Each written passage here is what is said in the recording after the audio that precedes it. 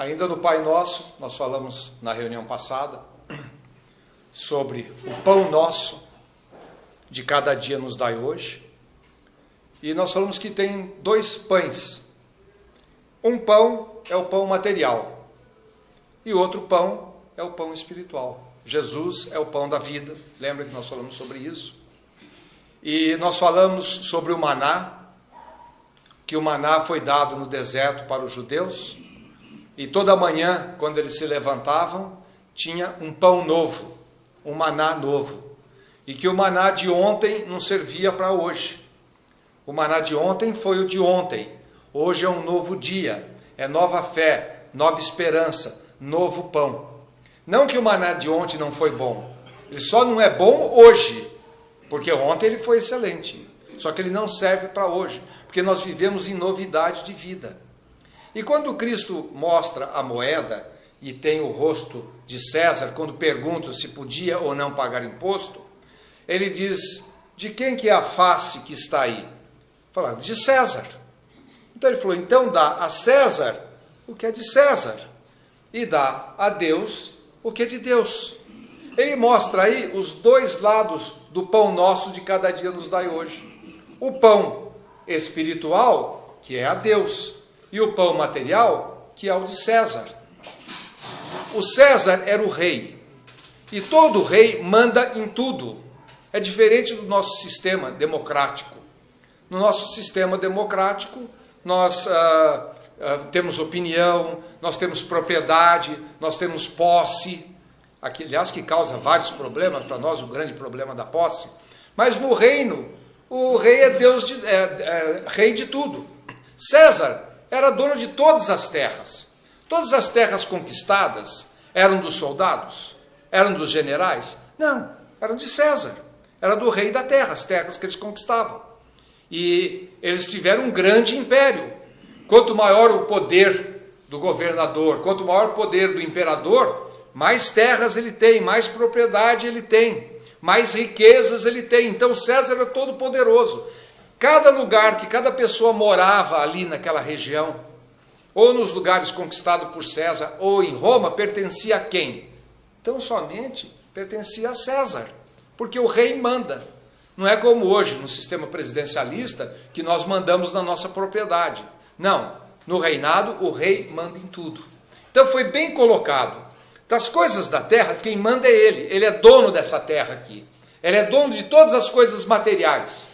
Agora, a Deus, o que é de Deus? Porque Deus também é rei, mas é o rei espiritual.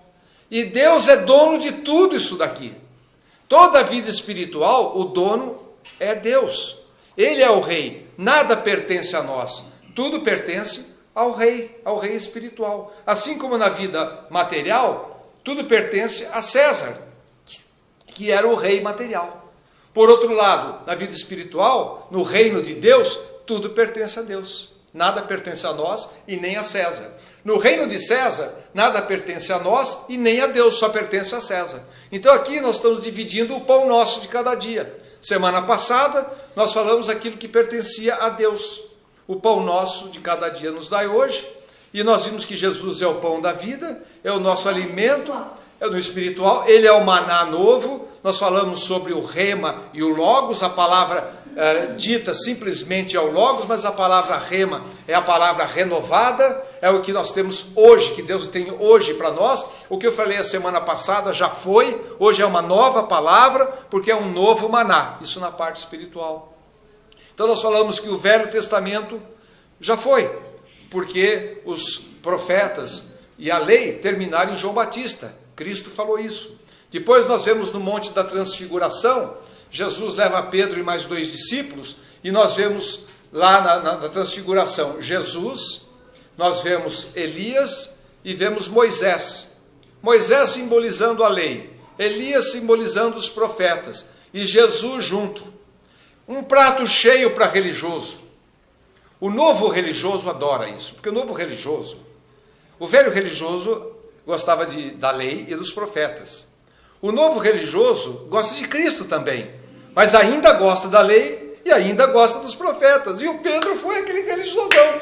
A hora que ele viu os 3 juntos, ele falou, vamos fazer uma tenda para cada um. Agora sim. Agora todo mundo vai me aceitar, porque fala, Jesus está aqui, mas Moisés também está aqui, nós também, Elias também está aqui. Olha só, que bacana, agora estão os três juntos. Mal ele falou, vamos fazer a tenda, o que acontece? Vem uma voz, somem os dois, some a lei, some os profetas, e fica só Cristo, e fala, esse é o meu filho amado, a quem me compraz, e a ele ouvi, somente ele ouvi. Não ouve mais a Moisés, porque Moisés já foi a época dele, maná antigo, maná de ontem. Não ouve mais os profetas, porque os profetas acabaram, somente a ele ouvi. E ele foi transfigurado, quer dizer, foi uma coisa emocionante, porque estabelecendo ali a nova lei. As coisas antigas já passaram, agora é só o Cristo, é só o reino. Nós temos ali a lei, nós temos os profetas, e temos agora o Cristo que representa o reino. Nós ficamos apenas com o reino, aquilo tudo foi abolido, acabou ali. Então foi isso que nós falamos. Hoje nós temos o novo maná. Nas igrejas, nas religiões, eles gostam ainda de comer maná antigo, de falar sobre a lei, falar sobre o profeta. Os profetas, eles só prediziam o que ia acontecer, prediziam a vinda de Cristo. Então tudo que aconteceu, nós falamos, os reis, os juízes, tudo aquilo lá era uma predição do futuro que representava Jesus. Quando Jesus veio, ficou ultrapassado tudo aquilo lá, porque não precisa mais prever que ele virá, ele já veio. Então acabam-se os profetas, acaba-se a lei dada por Moisés. E o Zé já fez uma música que fala, bye bye Moisés, bye bye Elias, né Zé? Já tem a música pronta. Bye bye, tchau Moisés, tchau Elias. Você fala, Dirceu, porque você está revendo isso? Porque hoje nós vamos falar da parte pão nosso de cada dia, agora o pão nosso financeiro. O que é o pão nosso? É o nosso sustento. Logicamente que não é um pãozinho, é o sustento nosso. Então nós temos a sustentação espiritual, que é agora o reino, que já acabou toda a época dos profetas e a época da lei, e agora nós temos uma nova dispensação, e na parte financeira também funciona o pão nosso de cada dia, essa nova dispensação. E por incrível que pareça, nessa nova dispensação financeira, ainda vigora aquilo que eu falei sobre em cima do monte, quando estava Moisés, quando estava Elias e estava Jesus. Os dois foram embora, só ficou Jesus. Então hoje, a parte financeira, a nossa vida, o pão nosso financeiro, não cabe mais nem a Elias, aos profetas, e nem mesmo a Moisés, nem mesmo a lei. Hoje quem cuida da nossa vida financeira, do pão nosso de cada dia, é Jesus. Por quê? Até Jesus, nós comíamos o pão com o suor do nosso rosto. Foi uma das maldições que foi dada, posso falar maldição? Que foi dada lá no Jardim do Éden. Comerás o pão com o suor do teu rosto. Hoje eu liguei para minha filha, falei, filha, você não vem me visitar? Ela falou, pai, é aquele negócio, né? A gente come o pão com o suor do rosto. Eu falei, para aí tive que pregar 20 minutos para ela no telefone. Não mais assim, porque agora no pão nosso, é o pão nosso de cada dia, nos dai hoje, não é mais suado. Aí você fala, Dirceu, e qual é o mistério? Então, eu vou falar sobre o dízimo hoje. Por isso que eu queria que você estivesse aqui. Pois bem. Trouxe a carteira? Só vou recolher. Pois bem. Primeira coisa, o dízimo fazia parte do Velho Testamento, certo? O dízimo não era mensal, como todos nós pensamos. O dízimo era anual. Em Deuteronômios, capítulo 14, versículo 22. Não vou ler agora, depois vocês vão ter isso gravado, vocês podem procurar na Bíblia, senão vai demorar muito tempo.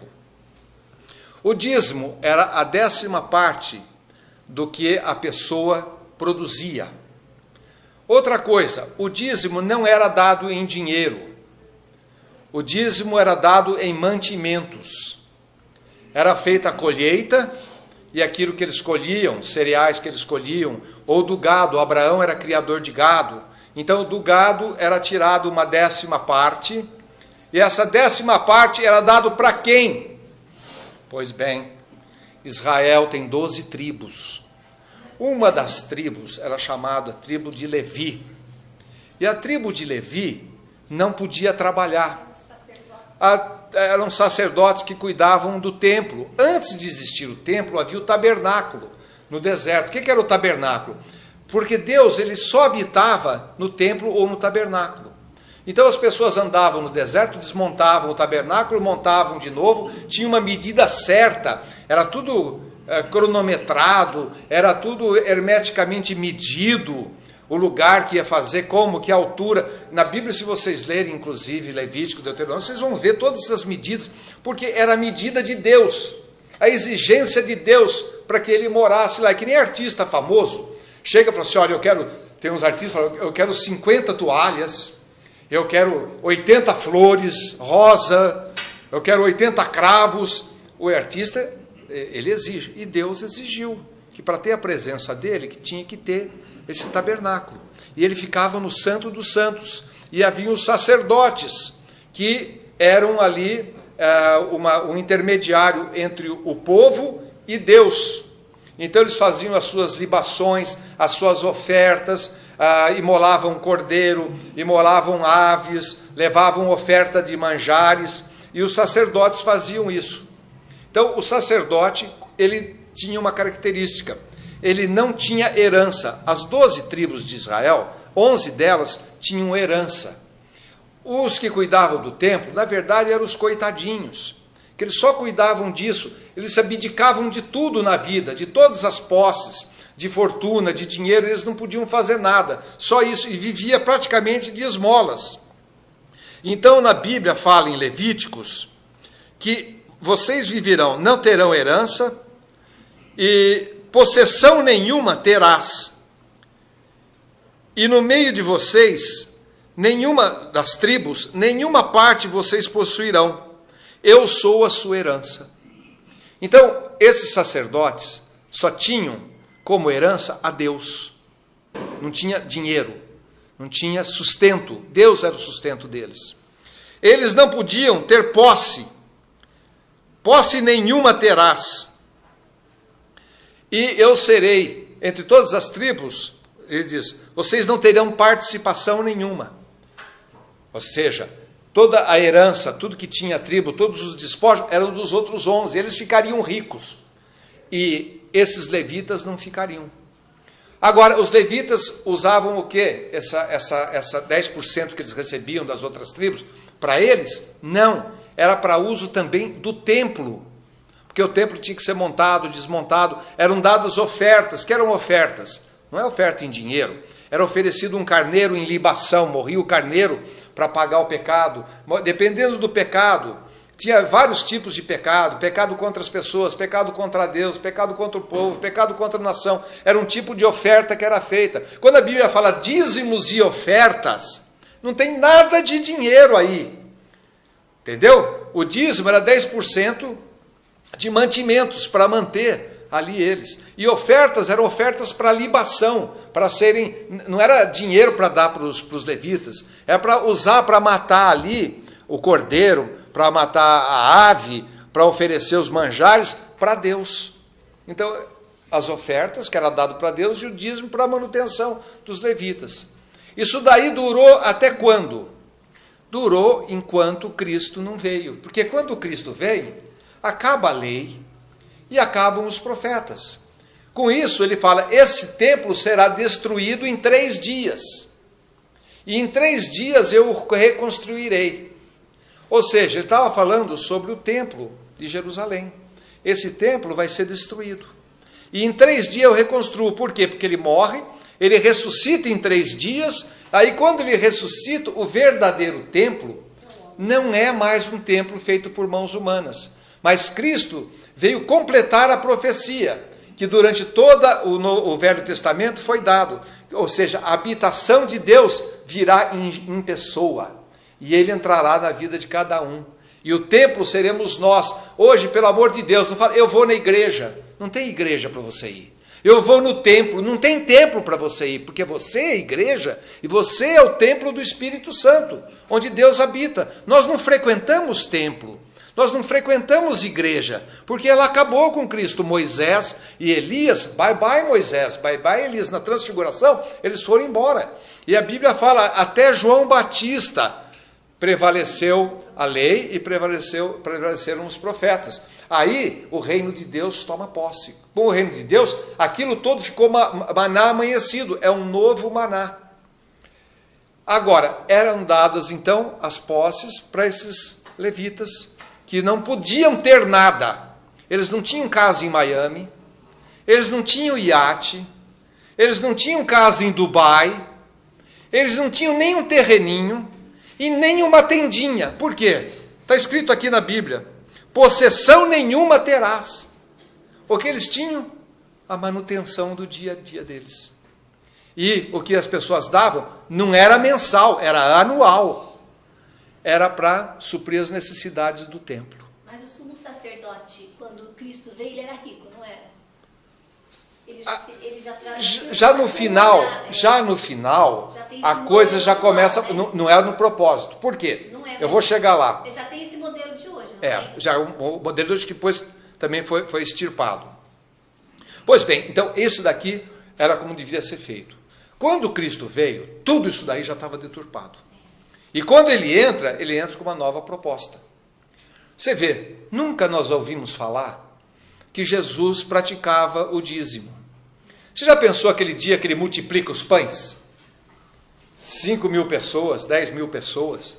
Ele multiplica os pães, aí ele chega, imagina só, ele chega para o Pedro, que sempre é o Pedro, né? Falou, Pedro, recolhe o dízimo, nós demos o pão para o povo. Ó, põe o dinheirinho aqui, ó, põe o dinheirinho, o dízimo, cada um aí. Ele fez isso? Não. Por quê? Porque ele era o suprimento. Cristo é o nosso suprimento. Nós não precisamos de suprimento de ninguém. Quando ele multiplica o pão, ele não precisa de ninguém pagar o pão. Porque ele é o suprimento.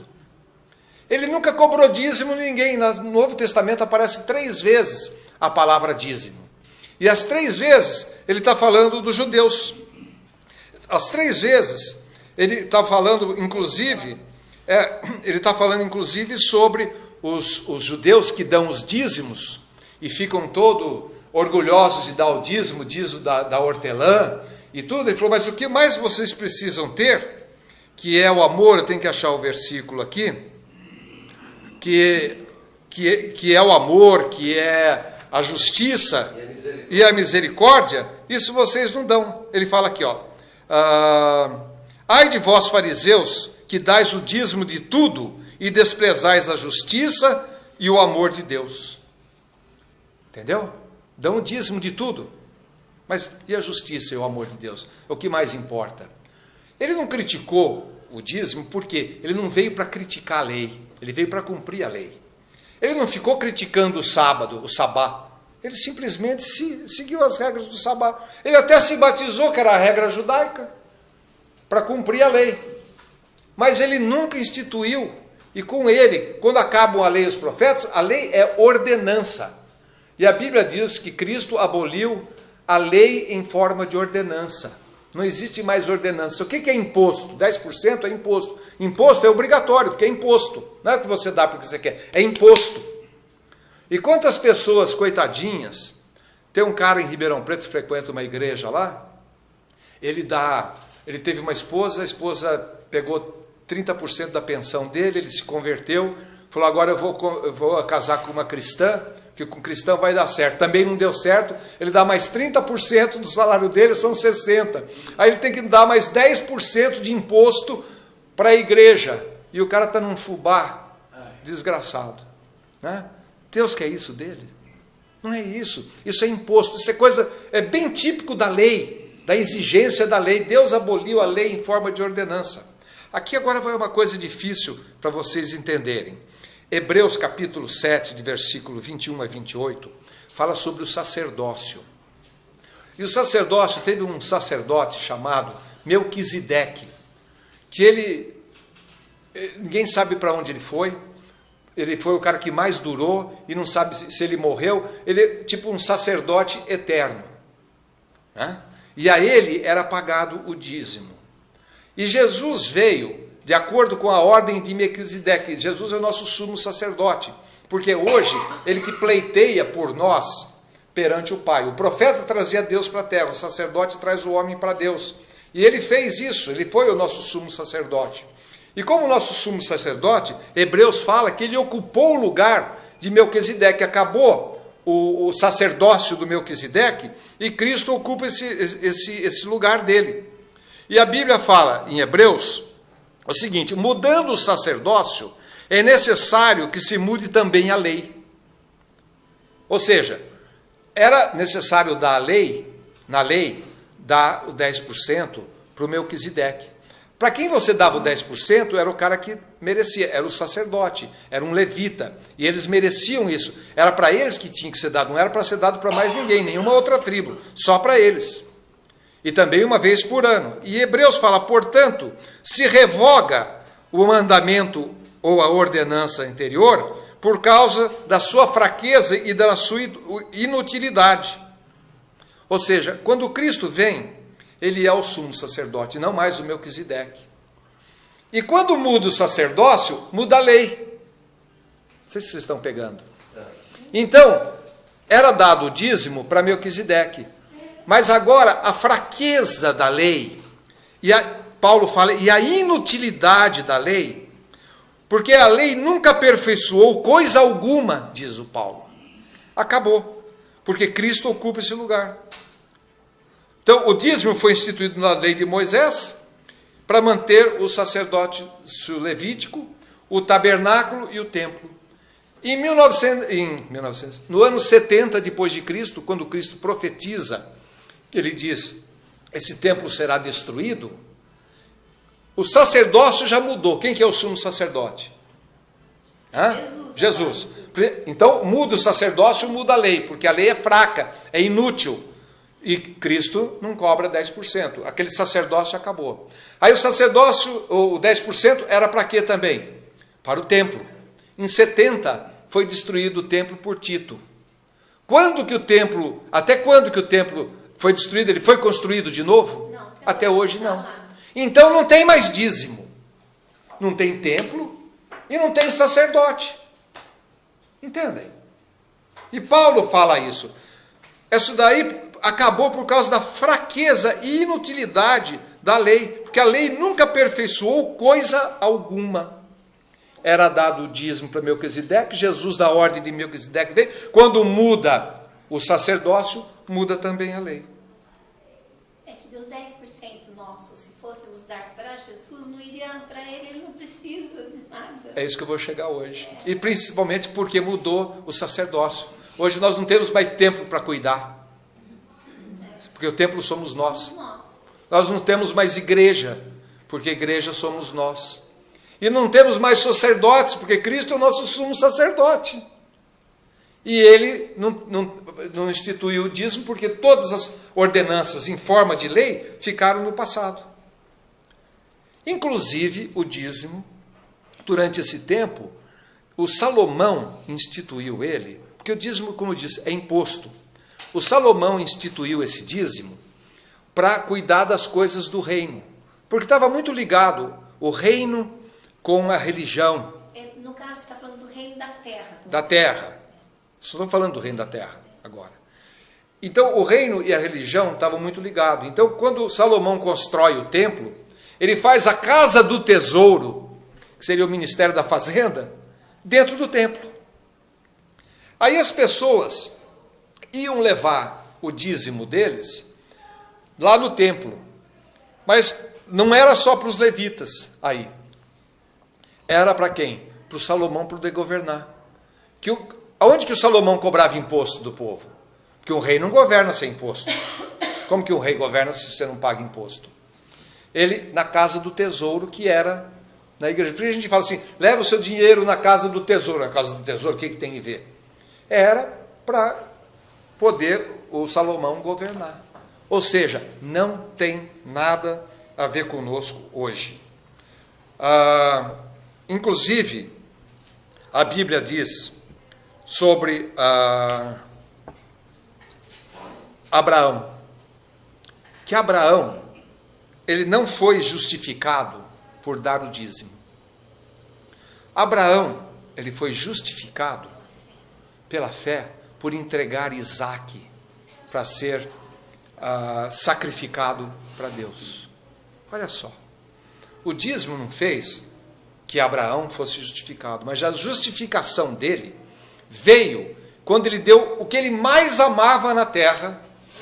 Deus fez milagres através de Sara para nascer ele, que seria aquele que seria implantada a nação de Israel na terra. Tudo estava em cima do Isaque. Você imagina quando a tua vida toda está em cima de alguma coisa, tudo que ele queria, e era para Deus, era Isaque. E Deus fala para ele: Abraão, eu não quero 10%. O que o senhor quer? Eu quero tudo. O que é tudo? Dinheiro, Abraão não tinha problema, ele era rico. Ele daria tudo. Era desprendido, ele saiu lá de Ur, com a mão abanando. Ele nem era convertido a Deus ainda. Ele saiu pagão e seguiu o que Deus queria. E ele vai entregar o filho dele em libação para Deus. Deus falou: para aí. Eu não quero isso. Certo? Eu queria ver até que ponto tudo que você tem está entregue nas minhas mãos. Isso justificou Abraão. Por isso que o jovem rico, quando chega para Jesus, fala: eu cumpro todos os mandamentos. Então são 600 mandamentos. Um dos mandamentos é dar o dízimo. Ele dava o dízimo também. Cristo falou: que legal, então vende tudo que você tem e dá aos pobres. E me segue. Ele falou: aí não dá. 10% ele daria. Mas tudo ele não daria. Você acha que Deus queria o dinheiro dele? Você acha que Cristo queria o dinheiro dele? Você acha que Cristo queria o filho de Abraão? Mas ele estava provando de quem era o dinheiro do rico. Você segue tudo? Você segue a lei e os profetas? De quem que é o teu dinheiro? Abraão, você faz tudo o que eu mando? Você dá o teu gado? Você dá todas as riquezas que eu te dei? Dá teu filho. Ah, meu filho não. Não, ele falou: dou meu filho. Então, esse cara, Abraão, é o pai da fé. Porque se o jovem rico falasse assim: eu dou tudo, ele ia falar assim: você é o cara, não precisa dar nada não. Eu só queria ver. Ele prova a gente para ver até que ponto nós somos total deles. Porque 10% nós temos que dar. Sabe para quem? Para o garçom. O garçom cobra 10% de gorjeta. Não cobra? Então quando você for no bar, no restaurante, por favor, dê 10% para o garçom. Por quê? Porque ele merece 10%. Mas para Deus você vai dar gorjeta? Hello! Gorjeta para Deus 10%? Para com isso. Essa lei acabou. Para Deus, o que nós damos? 100%. Nós damos a nossa vida. Nós damos o nosso Isaque. 100%. Nós damos tudo. Eu vou deixar com vocês. Se alguém perguntar, falar que eu estou falando besteira aqui, aqui tem todos os versículos que provam que acabou o dízimo. O dízimo é coisa do passado. Por isso que eu falei que era importante você estar aqui hoje. É para papai ler em casa, é para levar. Tem tudo isso mesmo. Mas o papai não lê a Bíblia? Aí papai lê isso aqui. Entendi. Né? Entendi. Versículos bíblicos. Tá. Aí vocês vão ver se eu estou falando besteira ou se eu estou falando a verdade. E esses pastores que estão cheios na dízimo, São Então. os fariseus que mataram Jesus na cruz. É isso que eu ia falar. Eles estão, se eles querem seguir o dízimo, eles têm que fazer o que faziam os levitas, não tinham posse. Mas o que eles mais têm é canal de televisão deles, carros, apartamentos, iates. Eu vi na revista Veja, um tem $1,5 bilhão de dólares, o outro tem 750 milhões de dólares, o outro tem 300 milhões de dólares, e o mais pobrezinho, que é o R.R. Soares, tem 150 milhões de dólares. Alguma semelhança com os levitas eles têm? Não. Nenhuma. Mas parece muito com os fariseus que mataram Jesus. Por quê? Parece muito. Porque, sabe como chama-se esse pecado deles? Eu estou tendo coragem de falar isso, porque isso daqui vai para o YouTube. E o Zé falou, o religioso ouvir isso, vem atrás de você, porque é o ganha-pão deles. Entendeu? Eles não querem que fale isso. Porque eles acharam um jeito de ganhar dinheiro fácil. Se nós quebrarmos essa hegemonia do dízimo, eles estão perdidos. E eles vão querer nos matar. Porque é a fonte de renda deles. Nós estamos mexendo em formigueiro, em vespeiro. Mas eu não faço questão, pode vir. Não tem problema. Porque nós estamos aqui para falar a verdade, as coisas verdadeiras de Deus. Isso chama-se. A Igreja Católica, ela teve uma época que ela se exacerbou nisso, fazendo a venda de indulgências.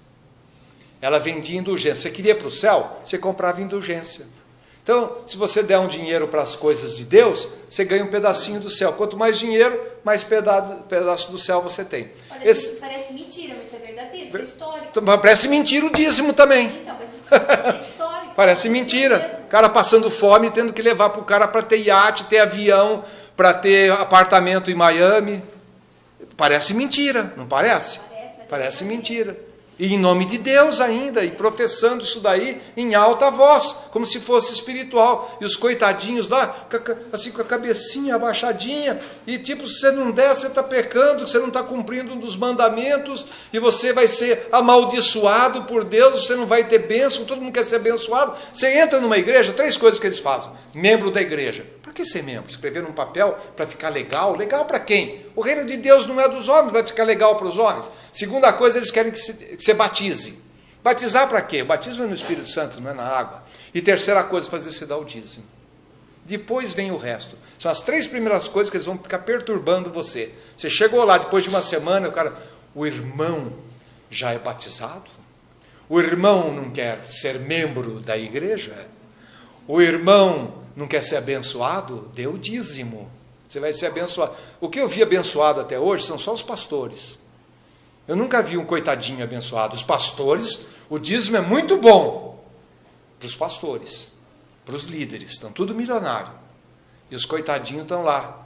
Os coitadinhos vêm de bonde, de trem, de patinete para a reunião, e os pastores vêm de Mercedes, de limusine, de helicóptero, de avião. É bom o dízimo, né? Para quem? Para quem recebe, não para quem dá. Isso acabou. Além de acabar, a função do dízimo não é essa função que eles estão tendo hoje. Isso chama-se pecado de sintonia.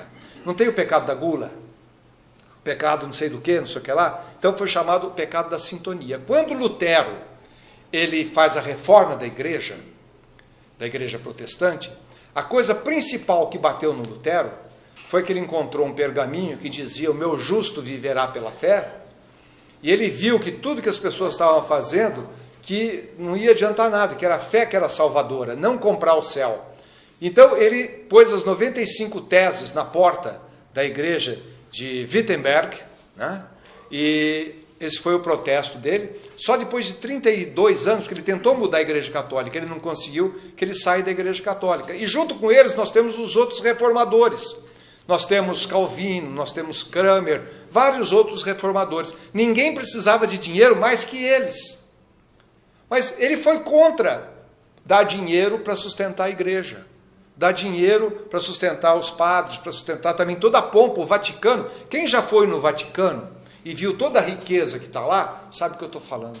Todas as obras de arte, todo o ouro que tem no Vaticano, foi dado com o suor de coitados também, para ganhar o céu. Por isso que chamou-se o pecado de sintonia, significa tráfico de coisas santas e sagradas. O que é isso? Eu te vendo uma coisa santa e sagrada, o céu, por dinheiro. Eu te vendo bênção. O perdão. O perdão ou bênção agora. Através do quê? Você paga o dízimo, você recebe bênção. Lá você pagava o pecado de sintonia, lá pagava como que eu falei a palavra? Meu Deus. As indulgências e ganhava o céu. Nós fazemos a mesma coisa hoje aqui. Você vai lá, ai pastor, minha vida financeira está porque o irmão não dá o dízimo. Você quer ter bênção? Você quer que Deus te dá? Você tem que dar o dízimo. Isso é um pecado, está vendendo bênção. E recompensa para quem dá. O quem dá, e eu vou te falar uma coisa, ele está dando de bom coração. O grande problemático são esses caras que estão roubando as pessoas, que estão tirando descaradamente o dinheiro deles, e eles não estão percebendo. Deus precisa abrir o entendimento dessas pessoas para elas pararem. Isso o Espírito Santo tem que fazer nelas, porque elas estão tão envolvidas pelos pregadores, pela mensagem eloquente dos pregadores, que elas não conseguem ver. Isso que eu estou falando, por isso que eu mandei vocês levarem para casa, porque se alguém falar alguma coisa, entrega esse papel para eles verem lá, que não estamos mais na lei. Você quer cumprir o negócio do dízimo? Então também cumpre o sábado, não trabalha no sábado, porque é uma lei. Não anda mais que 1000 milhas no sábado, é uma lei. Oferece ofertas de manjares, oferta cordeiros, está na lei. Então você vai cumprir a lei? Você cumpre toda a lei. São 600 mandamentos. 600 mandamentos. Você quer cumprir? Você cumpre. Agora, só o dízimo que vale, o resto não vale mais nada. Mas o dízimo vale, por quê? Porque favorece 5 ou 6 tomadores de cerveja, 5 ou 6 comedores de fazão? Bem, não é isso. Não é isso. Ontem, eu e o Zé, nós estávamos num lugar e chegou uma pessoa, um médico, é uma sumidade, um cara inteligentíssimo. E o cara ajoelhou no meu pé. Falou, esse cara salvou a minha vida. Eu fiquei envergonhado, eu não sabia onde enfiava a cara. Ele me pregou Jesus na frente de todo mundo num bar. Ele me pregou Jesus e salvou minha vida. Morreu meu pai, morreu minha mãe, morreram meus irmãos. E eu estou salvo graças a esse cara aqui. Eu falei, não é bem assim. Levanta aí, doutor Baruf. Aí eu e o Zé levantamos ele, né? O cara é grandão.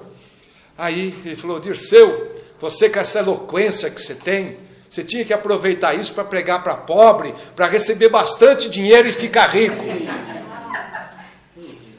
Mas esse é o pensamento. Você entendeu? Esse é o pensamento. O cara que está lá pregando, aquele pastor que foi lá, por que você acha que ele sentiu que devia ser pastor? Porque todo mundo falou, você vai ser pastor que você fica milionário.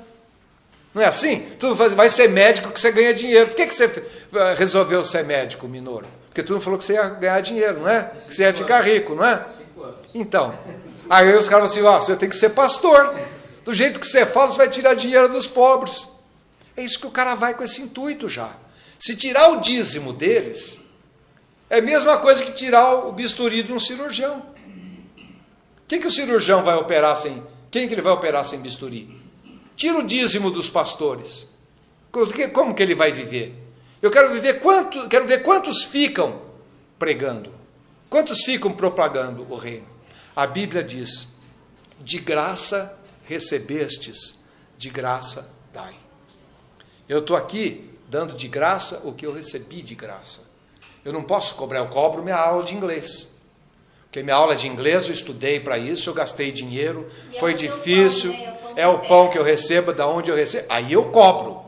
Eu não faço de graça para ninguém. Mas o evangelho eu recebi de graça. E de graça eu dou. E vocês estão recebendo de graça, e vocês de graça também dão. Concordam comigo? Então, pelo amor de Deus, não pensem que o dízimo vai abençoar. Eu vou dar o dízimo porque Deus vai aumentar o meu dinheiro. Para começar, Deus não é cassino, que depende de quanto você põe na maquininha lá, no caça-níquel, mais você pode ganhar. Deus não é cassino para você jogar. Deus não é loteria. Aí eu vou jogar na loteria, se eu comprar 10 bilhetes, eu tenho mais chance de ganhar. Eu vou dar 10 mil para Deus, com 10 mil que eu dar, quem sabe eu ganho 1 milhão. Deus não é loteria. Deus não é cassino. E Deus não é garçom. 10% dá para o garçom. E vai tentar a sorte na loteria, se você quiser. Vai tentar a sorte sua num cassino. A Bíblia diz em Coríntios, capítulo 9, versículo de 6 a 8, ele fala, cada um contribua com aquilo que propôs no seu coração, não com tristeza ou por necessidade. Entendem? Não é tristeza que você vai dar, eu tenho que dar 10%. Ou por necessidade. Se eu não der para Deus, eu não vou ser abençoado. Não. Esqueçam isso. Então, o pão nosso de cada dia, que é dado, eu só cheguei no primeiro ponto. Não é dado porque vocês dão o dízimo. Absolutamente. Não, tem muita coisa para falar. Tá. ser como esses pastores que pegam dinheiro, se Deus, que você falou, tem que Deus abrir o coração deles, a cabeça deles. Eu só sei uma coisa, eu não queria estar no lugar deles. Eu não queria. Eu sou tão feliz de não estar no lugar deles. É porque a gente não julga servo alheio. É servo de Deus, é problema de Deus. Ou não. É problema dele. Até Problema Deus deles. É que vai saber se é ou não é. Não é servo, porque, por exemplo, se é um funcionário da sua loja, você pode julgar o comportamento do seu funcionário, repreendê-lo, não é assim? Agora, você vai julgar o comportamento da loja ao lado, do funcionário da loja ao lado? Você não vai lá chamar a atenção do funcionário de uma outra loja que não é a sua, vai? Agora, aqui é nós servo de Deus. nós estamos dando o princípio. Quando perguntarem para você, da reunião que você tem que dar o dízimo? Você fala, não. O dízimo eu dou para garçom. Que o garçom ganha 10%. Mas por quê? Porque você é miserável, você é tacanha, você é mesquinha? Ele falou, não. Porque eu não estou mais debaixo da lei. Porque agora eu estou debaixo da graça. Inclusive, a própria Bíblia, né, ela nos fala que o mandamento, o mandamento em forma de ordenança já está abolido. Não tem ordenança nenhuma. O que você deve dar, como você deve dar, o que você deve dar. Agora, nós estamos falando do pão nosso de cada dia, não é? Então, a primeira coisa, eu falei a parte negativa. Como nós não conseguimos bênção. Todo mundo fala, para conseguir bênção, dá o dízimo. Não, absolutamente não. Então, como eu falei para você, estava falando de Lutero. Lutero, ele fez toda a transformação, ele fez toda o protesto, o protestantismo, sem receber dízimo de ninguém.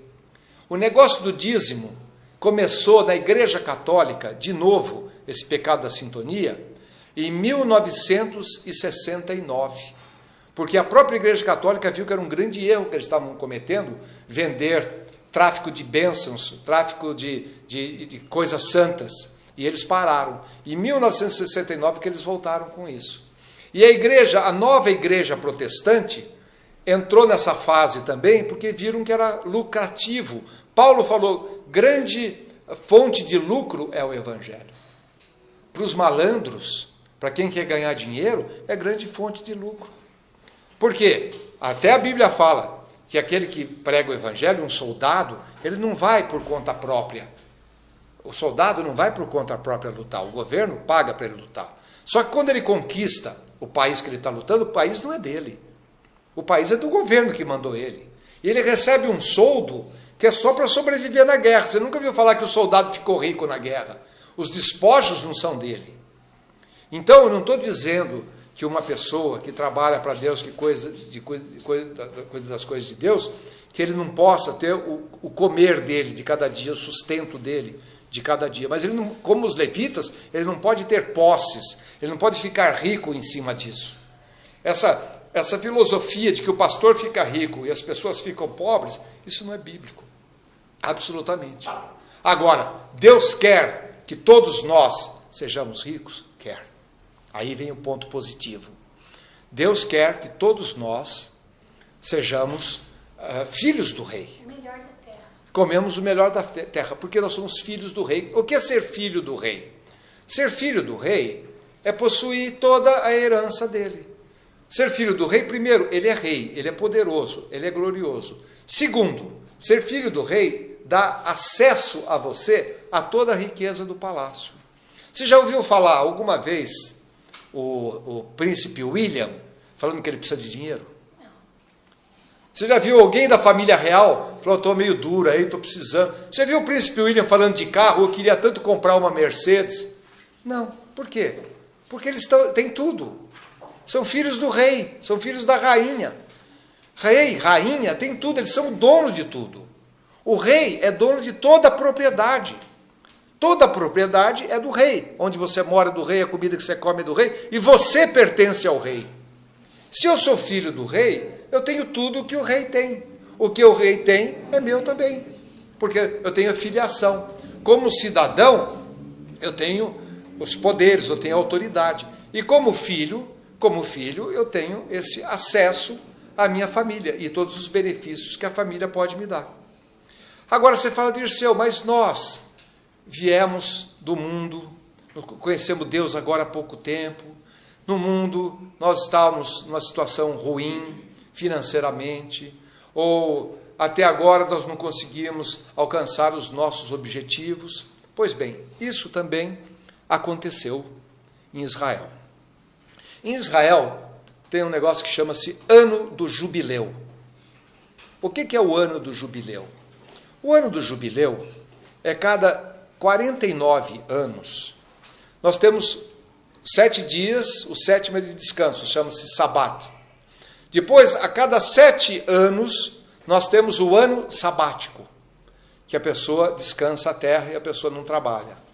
E depois, a cada 7 anos, 7 vezes 7. 49, no 50º, nós temos o ano do jubileu. O que era o ano do jubileu? No Velho Testamento, isso já passou, mas o que era o ano do jubileu? Lá em Levíticos fala sobre o ano do jubileu. Ou seja, aquilo que você tinha, que você perdeu, a tua terra, a terra que você perdeu, você é escravo, você foi escravizado por uma razão ou por outra, as dívidas que você contraiu com os agiotas, todas as coisas que te faziam ficar preso a outras pessoas, no ano do jubileu você era liberto. No 50º ano, todo mundo só ia passar isso uma vez na vida. Aproveita essa. Né?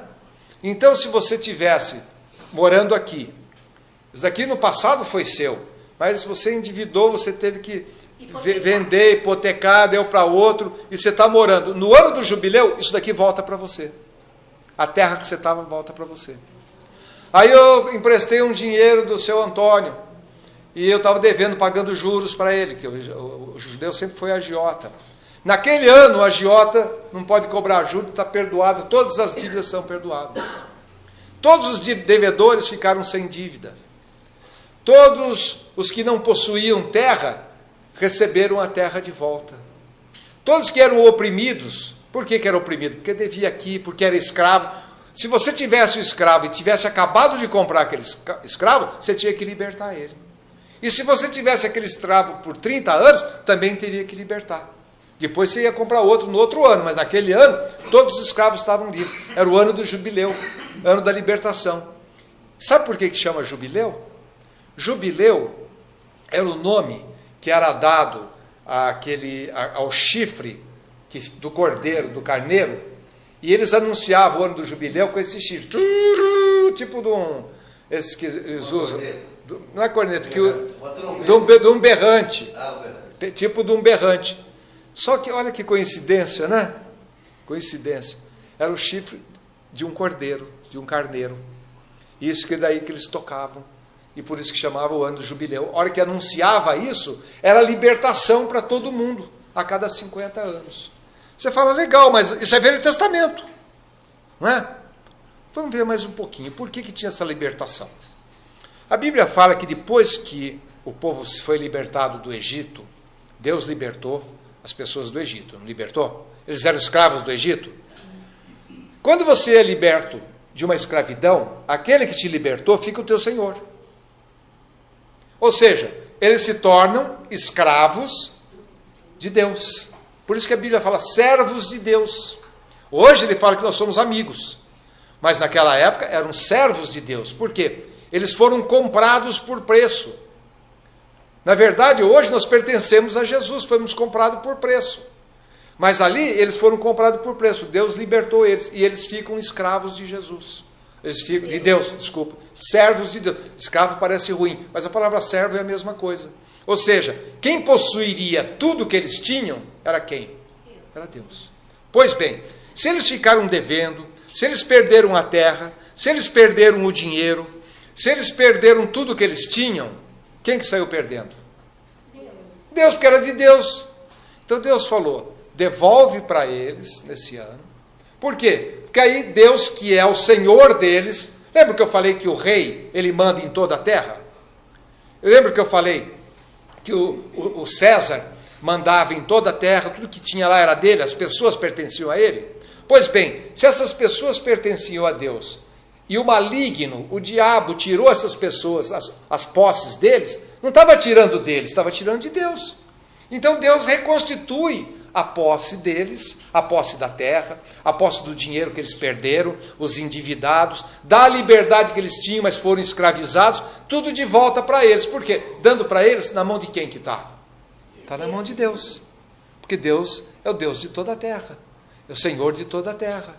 Então, Deus, na verdade, estava dando para Ele próprio, porque nas mãos das pessoas, dos que agora não são mais endividados, que são deles, a prata e o ouro, de quem que é? De Deus. A Bíblia fala, a prata e o ouro é de Deus, não ficar na mão do inimigo. Agora você fala disso, mas isso tudo é coisa do passado? Sim, parece coisa do passado. Lucas, capítulo 4, versículo 18, Jesus estava lendo as Escrituras, e ele estava lendo sobre esse ano do jubileu. E ele falou, está vendo tudo isso que aconteceu? Ele falou assim, isso daí é profecia sobre mim, isso está acontecendo hoje. Então, ele fala o seguinte, em Lucas 4, 18 a 20, ele veio para proclamar liberdade para os prisioneiros, restaurar a visão dos cegos, libertar os oprimidos, para proclamar o ano do jubileu do Senhor. Quando Jesus vem, ele proclama o ano do jubileu do Senhor. Na nossa Bíblia é traduzido como o ano aceitável do Senhor. Ou seja, isso do Velho Testamento era figura do que viria depois, porque o verdadeiro jubileu é ele. E quando ele vem, ele tira a nós da mão do diabo, que nos oprimia, que nos fazia escravo. Ele tira a gente das dívidas que nós tínhamos com Deus, da opressão que nós tínhamos, oprimidos dentro de um governo, de um reinado humano, que tirava tudo das pessoas, o governo de César. E nós passamos agora para quem? Para o reinado dele. E nele nós temos o jubileu. Quando nós temos o jubileu, o que acontece? Tudo aquilo que nós havíamos perdido na nossa vida vai voltar para nós. Mas voltar para nós, por quê? Porque quem nos liberta fica dono de nós. Então nós chamamos Deus ainda, o Jesus, de nosso Senhor Jesus Cristo. Que é o Senhor? Senhor é o dono. Hadar no original. O Senhor, o dono. Então ele restitui tudo que foi perdido em Adão para nós agora, no ano do jubileu. E tudo aquilo que nós temos hoje é dele, porque foi reconstruído. Nós não tínhamos nada. Não fomos nós que conquistamos. Nós estávamos perdidos nos nossos delitos e pecados. A Bíblia diz, nós estávamos perdidos. E no ano do jubileu, ele nos traz de volta, ele nos restitui tudo. Então, hoje, as dívidas que nós tínhamos no passado, todos os problemas que nós tivemos, que nós temos até hoje, quando eu falo em entrar no reino de Deus, eu não estou falando, muitos de nós já entendemos, eu achei legal entrar no reino, eu entendi. Entender o reino é uma coisa, entrar no reino é outra.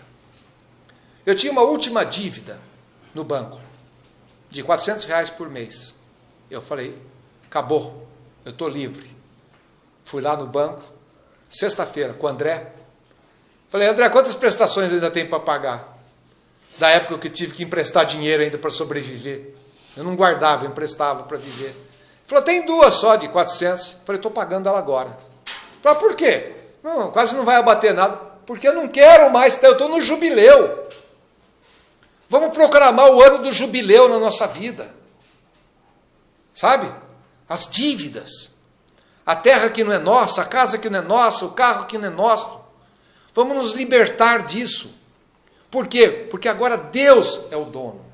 É o que eu falei, Deus não quer gorjeta tua. Deus quer tudo seu. Deus quer a tua vida inteira. A Bíblia diz, mordomos de Deus sois vós. Administradores de Deus sois vós. O que nós fazemos aqui? Nós administramos o dinheiro de Deus. Porque nós não temos dinheiro. Nós tínhamos perdido tudo. Ele restituiu para a gente. Só que quando ele restitui para a gente, ele restitui para ele mesmo, que nós somos servos dele. Ele que é o nosso Senhor. Ele que é o nosso Deus. Então tudo é dele. O dia que nós entendermos que nós temos que entregar o Isaac da nossa vida, o dia que nós entendermos, como o jovem rico, que nós temos que entregar tudo nas mãos dele. Ele não quer o Isaac, ele não quer o teu dinheiro, ele não precisa. Ele é o rei de todas as coisas, ele é o rei de todo o universo, é o rei cheio de glória. Até Davi, que era rei, falou: levantai, ó portas, as vossas cabeças, para que entre o rei da glória. O próprio Davi, um rei, porque ele é rei dos reis, ele é o mais rico dos reis, ele é o soberano, toda a terra, todas as riquezas estão na mão dele. Você fala: mas ele não deu para Adão? Não, para Adão ele deu autoridade. Ele falou: Adão, você tem autoridade, você pode comer de todos os frutos, você pode, mas não deu posse. Por que ele não deu posse para Adão? Se ele desse posse para Adão, quando Adão se revolta contra Deus, tudo seria do maligno. Então ele não negocia. A posse é dele, ele é o Deus de toda a terra, ele é o Deus da prata, ele é o Deus do ouro, ele dá para a gente livre acesso a tudo. Ele falou para Adão: você pode comer de todas as árvores, você tem acesso a todas as árvores, mas nenhuma árvore era de Adão. Nós temos acesso a tudo, mas nada é nosso, tudo é dele. Aliás, é uma dor de cabeça quando nós temos coisas nossas. Na democracia, a democracia é capitalista, pensa em capital. E ser capitalista, ter posses, dá trabalho. Eu dou aula para um médico, e ele alugou a casa dele por 2.000 e foi morar numa mansão, e ele gasta 4 agora para manter a mansão. Nem a casa que ele vendeu dá para manter a mansão. Então, a casa é dele, mas ele gasta 4.000 por mês para manter aquilo que é dele. Posse traz problema. Eu tenho 2 alunos meus, ou até mais, eles trabalham para negócio de remédio. Aí a companhia dá para eles carro de graça, do ano, com ar-condicionado, com tudo, gasolina, paga IPVA, paga seguro, paga tudo, estacionamento, paga tudo para eles. E eles têm o carro, eu tenho o mesmo carro, e eu tenho que pagar a prestação do meu carro, que é 820 pau por mês, eu tenho que pagar gasolina, eu tenho que pagar seguro para o Gerson, né? Eu tenho que pagar estacionamento, eu tenho que pagar tudo. Por quê? Porque eu falo: o carro é meu. Que meu? O carro é do banco, está lá escrito Banco Itaú. Que meu? Não é? A casa, olha só a minha casa, comprei para pagar em 50 anos, não é tua, é do banco, é da Caixa Econômica. Até a roupa que vai comprar essas menininhas aí, que ganham R$600 para trabalhar nas lojinhas, aí elas vão comprar uma calça que está na moda, uma blusa que está na moda, paga R$600 da calça, paga em 10 prestações de 60. Olha a calça que eu comprei, não é tua, você não pagou ainda. Olha, se tudo que nós temos, a grande maioria das coisas que nós temos não é nossa, é do banco, qual é o problema se ela for de Deus? Te dá menos problema, te dá menos prejuízo. Então o problema ainda que nós temos é de querermos ter as coisas, o problema da posse. Não, eu quero ter acesso. Uma vez eu e o Zé fomos na casa de um ricão lá no Guarujá, ele pôs a gente no iate dele. Nossa, eu e o Zé lá na boa, no iate. Aí ele parou no posto de gasolina no meio do mar e falou assim: ó, paga a gasolina aqui. O Zé falou: você me convidou, eu não vou pagar a gasolina. O que adianta? Ele tem a posse. Eu ando no iate dos outros de graça. Agora, eu tenho iate, depois não tenho dinheiro para pôr gasolina. A posse é um problema. Lá em Araras, eu me lembro de um cara que ele era milionário. Um dia eu passei em frente da casa dele, tinha um pano preto na porta, que antigamente as pessoas morriam e enterravam, fazia o funeral na casa mesmo, na sala. Aí eu perguntei, chamava Marinesa, a filha dele estava chorando. Falei: o que aconteceu? Eu falei: meu pai se matou. Falei: por quê? Ele tem 2 hotéis, tudo, um cara. Falei: ele estava devendo muito, ficou envergonhado e se matou. Você está vendo o que a posse traz? A posse traz até a morte. Mas no ano do jubileu, Deus veio para libertar os oprimidos, aqueles que estão ligados à posse, aquilo, é meu, o jovem rico, é meu. Não, não é seu. ou é de Deus ou não é de ninguém, porque a Bíblia fala sobre aquele homem que ele conquistou todas as coisas. Ele conquistou um lugar grande, a plantação dele, o gado dele, era amado pelos funcionários. Ele abriu a janela e olhou e falou, tudo isso é meu. Eu tenho tudo isso daqui para o resto da minha vida. Eu tenho do que viver, eu guardei dinheiro, está tudo guardado. Eu posso falar assim, agora refrigera a minha alma, se alegre a minha alma, e vai vir uma voz que vai dizer para você, ainda esta noite pedirão a tua alma. E o que você tem preparado?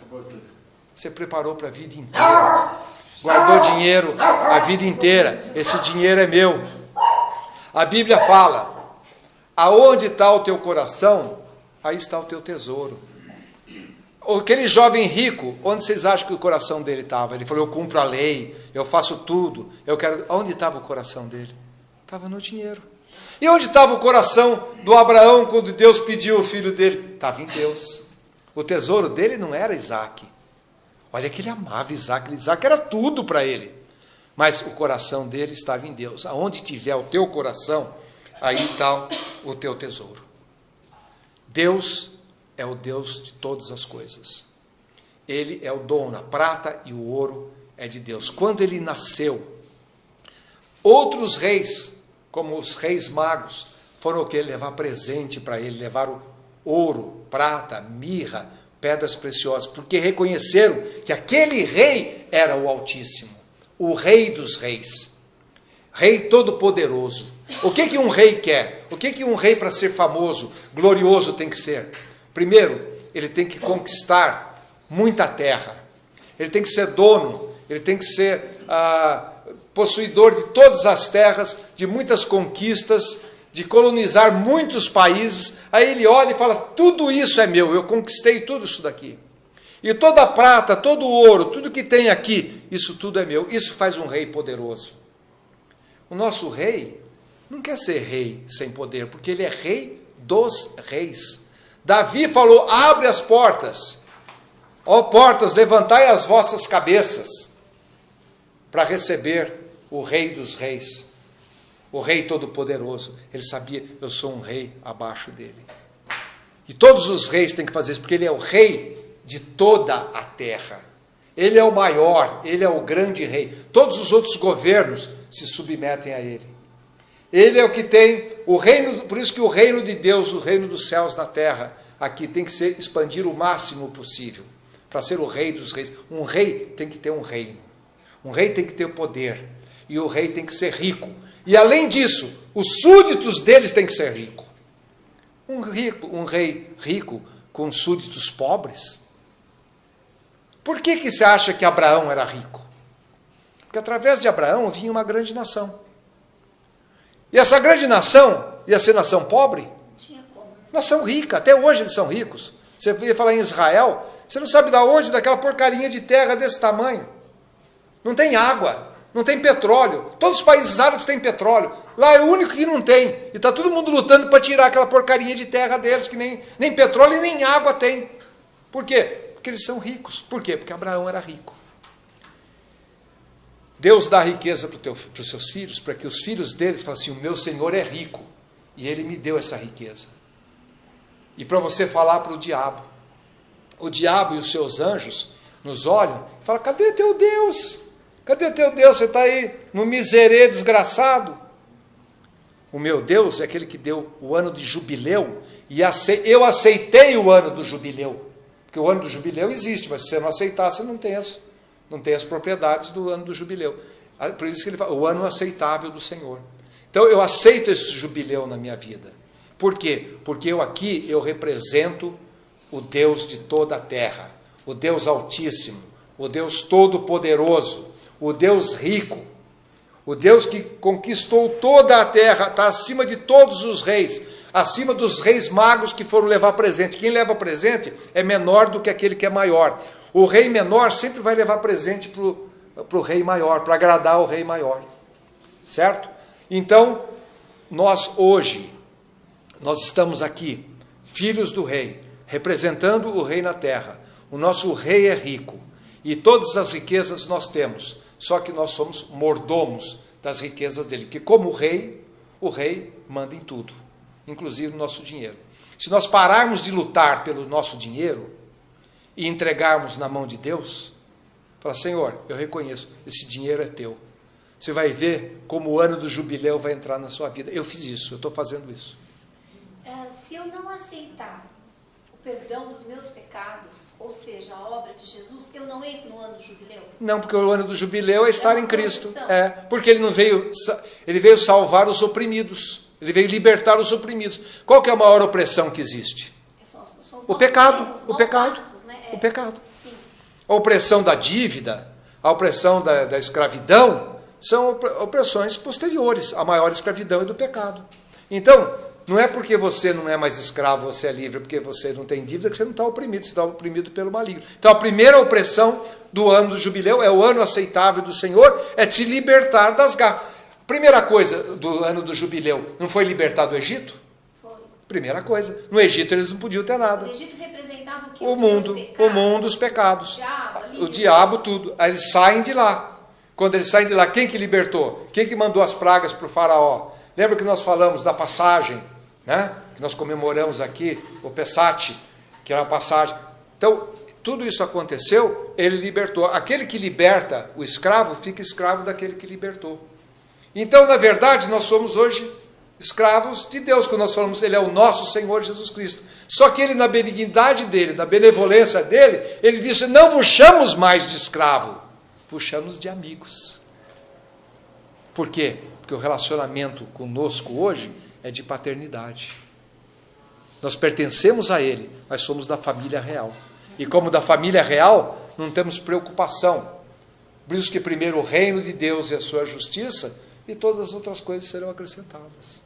Isso eu digo de moto própria, porque eu tenho feito isso na minha vida. E eu não tenho mais dívida nenhuma.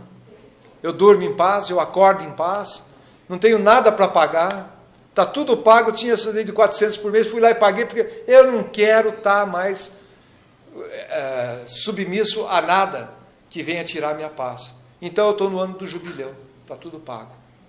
E eu queria que cada um de nós, também, está tudo, eu não tenho nada, mas o que eu tenho está entregue ao Senhor. E quem não tem nada e entrega o nada que tem para o Senhor, tem tudo, porque Ele é dono de todo o universo. Ele acrescenta ao meu nada tudo que Ele tem. Então eu só estou saindo ganhando. Porque eu estou dando um pouquinho assim, e fiquei sócio dele, acrescenta tudo o resto que ele tem. Não é? Até para o milionário. Se ele entregar tudo na mão de Deus, vai acrescentar mais, porque Deus tem toda a prata, todo o ouro, tudo que tem no universo está na mão dele. Isso daí fica para nós, os seus filhos, nós somos herdeiros dele e já usufruímos em vida disso daí. Ok? Vamos orar então. Senhor, nós entendemos a tua palavra, te agradecemos que o Senhor nos libertou do dízimo e de todas as leis velho-testamentárias e que hoje nós vivemos na tua graça, que pela tua graça nós somos salvos, e pela tua graça somos sustentados, e pela tua graça a nossa vida financeira é guiada, e nós queremos que essa graça também, essa nova percepção de vida, que é no teu ano de jubileu, que foi cumprida em ti, o Senhor disse, hoje se cumpre esse ano do jubileu, o verdadeiro ano do jubileu, o verdadeiro ano da libertação. Liberte a cada irmão querido aqui, das suas opressões, das suas dívidas, e que cada um de nós tenhamos a coragem de pararmos de guardar o nosso dinheiro, de ficarmos ávidos pelo nosso dinheiro, porque os avarentos, o Senhor diz, não entrarão no reino dos céus.